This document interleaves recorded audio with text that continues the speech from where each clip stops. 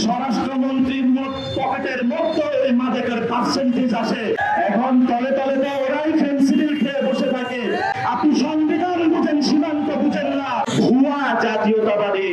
সবার আগে বাংলাদেশ আপনি মুখে বলেন, আর সীমান্তে যখন মানুষ মরে তখন আপনার বক্তব্য এবং কাজ হলো সাংঘর্ষিক। বক্তব্য এবং কাজ যখন সাংঘর্ষিক হয় তাদেরকে বলা হয় মুনাফিক। চোরাচালান করে ইন্ডিয়ান বাহিনী, চরান্তে মানুষ মরে স্বরাষ্ট্রমন্ত্রী কি করে, সীমান্তে মানুষ মরে।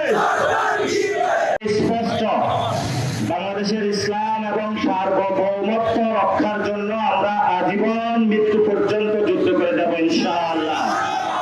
এটা স্পষ্ট আমাদের বার্তা। যারা ইসলাম প্রিয় মানুষ বাংলাদেশের, যারা সার্বভৌমত্ব রক্ষা চায়, সেই মানুষদেরকে নিয়ে আগামীর বাংলাদেশে রক্ষার আন্দোলন ইনশাআল্লাহ আমরা চালিয়ে যাব। আমরা আজকে একটি ঐতিহাসিক জায়গায় দাঁড়িয়েছি, যে ঐতিহাসিক জায়গার মধ্যে বাংলাদেশের প্রধান কবি, জাতীয় কবি কাজী নজরুল ইসলামের কবর রয়েছে।